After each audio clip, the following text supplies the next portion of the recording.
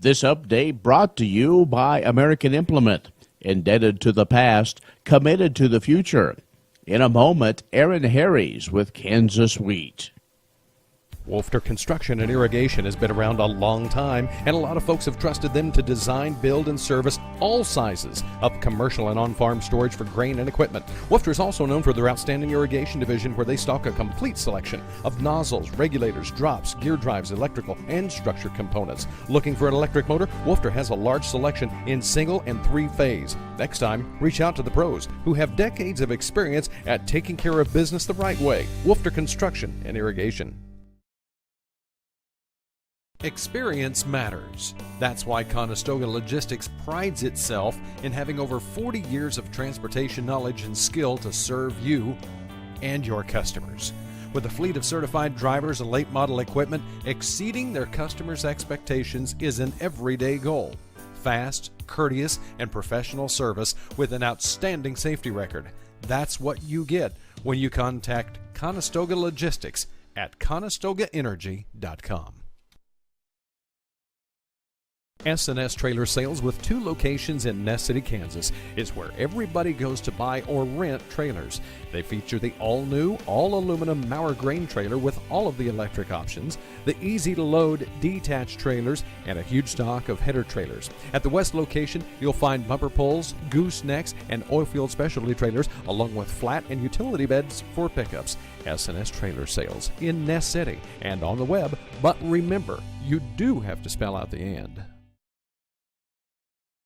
When you've had a best friend for over 50 years, you develop a trust. And the Scott Co-op has been a trusted rural friend since 1957. A co-op keeps money in the area, doing business for and with their members. And that helps keep their hometown thriving with keeping money in the community. Scott Co-op is not just an elevator. It's the rural way of doing business. So, when you see an elevator, remember your friends at Scott Co-op.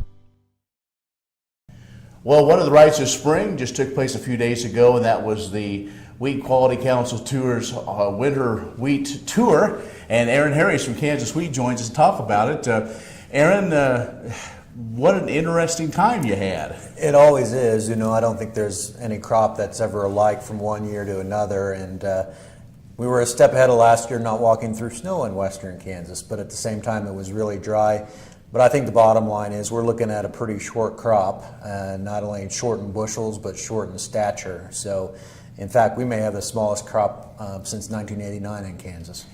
So what were some of your general observations, with that short wheat, smaller heads? Is that what you saw pretty much throughout the state? It was. I was surprised at consistency, how short and thin the wheat was. We've got short wheat for a couple of different reasons. The first one being that it was drought stressed and it advanced its pace of growth. Actually, in the first field in Dickinson County I stopped at, we had wheat that was 6 inches tall and about to head. So that field will not likely be harvested just because of the challenge of harvesting it. But most of the short wheat was behind schedule. Some of it just jointing, and a lot of that was compounded by dry weather and cold weather. And nature kind of has a way of finding a way to close that gap. And usually that doesn't come at the benefit of the wheat plant. So that plant's going to try to catch up here, especially with this warmer weather. And none of that really is going to help the yield potential. And the yield potential, what, 30, what was it, about 38? 37, 38 okay. bushels an acre. And so, our 5-year average is right around 42, 43 bushels an acre. So well below average. And planted acres, 7.7 million. I think most people on the tour anticipate the abandonment acres are going to be higher than normal too. Normal being around 6. And I'm pretty confident most people think it's going to be 10% or higher. So with being behind about 3 weeks, does this, if we do get some time in range, could we make a crop? I know some said, Dr. Lalato at K-State said, well, if weather conditions are such, let's not give up on it just yet. Right, I think the potential is still there, obviously. The last rains we've had didn't help as much as I anticipated, but probably bought us some more time. The wheat still clearly looks drought stressed. It has a bluish cast to the leaves, which is a sign of that. If we get more rain, I think what it's going to do is allow that grain to fill out in the head. Maybe not add a lot of bushels, but at least it would give us some good quality wheat to bring in and add a few bushels to the crop. Some disease pressures seen in some areas? Very isolated so far. The weather's been too cold. I'm sure we'll see that move in from the south, but not a lot of disease pressure. I suppose that's one silver lining.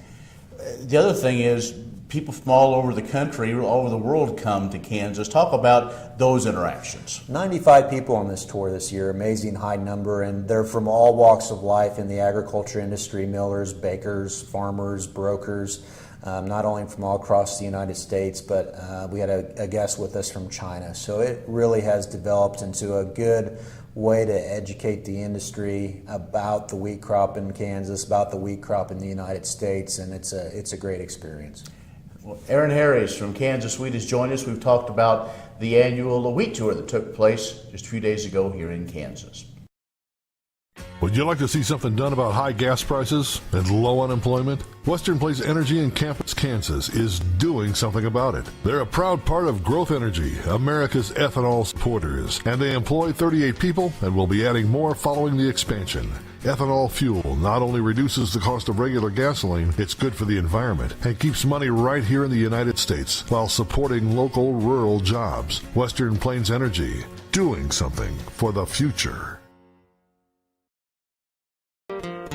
Day and night till the job is done, Teeter is the one that works for you.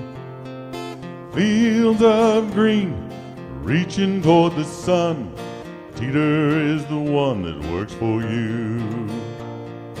Teeter is the one, Teeter is the one that works for you. Teeter Irrigation, your source for water management.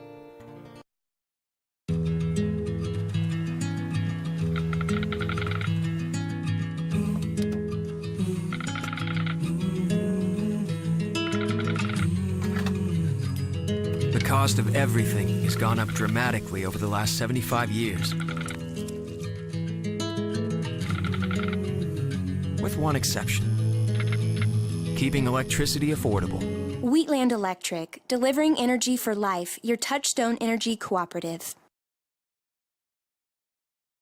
From field to fuel pump, Conestoga means homegrown success. Ethanol fuel reduces dependence on foreign sources of oil while keeping millions of dollars in rural American communities. That keeps jobs and businesses in the United States, where they can benefit our schools, infrastructure, and families. Conestoga is more than a local business.